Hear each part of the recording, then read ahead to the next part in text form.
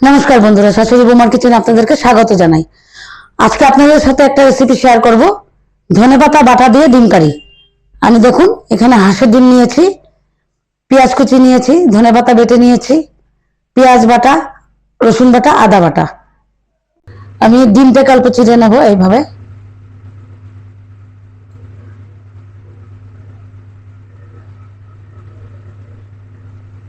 সবগুলো ডিম এভাবে চিড়ে নেব।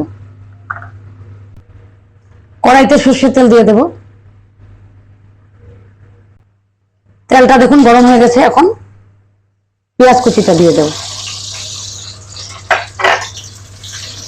পেঁয়াজ কুচিটাকে অল্প লাল করে ভেজে নেব। দেখুন পেঁয়াজটাকে ভেজে নিয়েছি। এখন আমি একটা টমেটো নিয়েছি, কুচি করে দিয়ে দেব।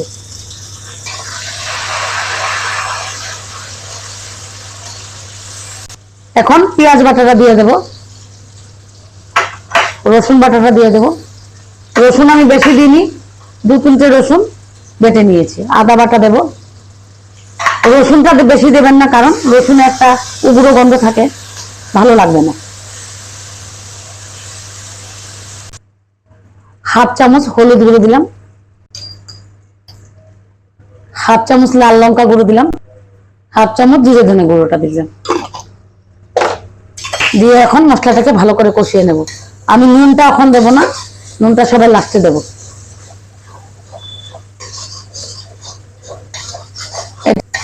এটা আপনারা বাড়িতে বানিয়ে খেয়ে দেখবেন, গরম ভাতের সাথে দারুণ লাগে।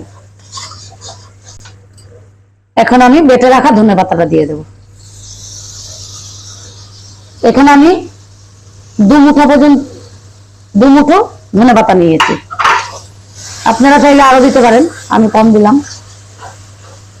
এটাকে এখন ভালো করে কষিয়ে নেব।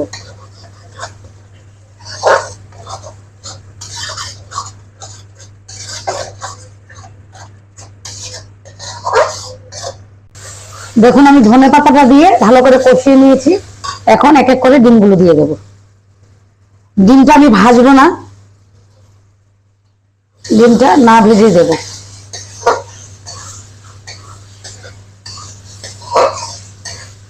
এখন আমি পরিমাণ মতো নুনটা দিয়ে দেব।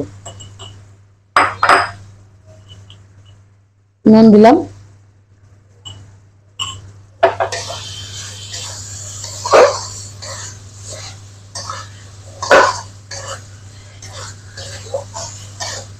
এখন আমি অল্প জলটা বেশি দেব না, আমি অল্প জল দেব।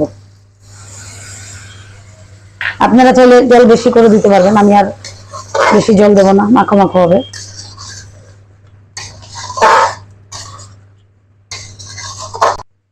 আমি সামান্য গোলমরিচ দিয়ে দিলাম। আপনাদের যদি ভালো লাগে না দিবেন না, আমি দিয়ে দিলাম অল্প।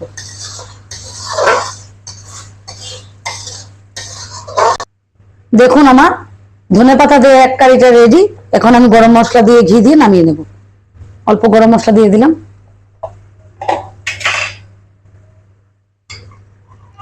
1 চামচ পরিমাণ ঘি দিয়ে দিলাম। আপনাদের যদি এই রান্নাটা ভালো লেগে থাকে, লাইক করবেন, শেয়ার করবেন, আর আমার চ্যানেলটাকে সাবস্ক্রাইব করে দেবেন। আর আপনারা বাড়িতে বানিয়ে খেয়ে দেখবেন, দুর্দান্ত লাগে। রুটির সাথে আপনারা খেতে পারবেন, গরম ভাতের সাথেও খেতে পারবেন।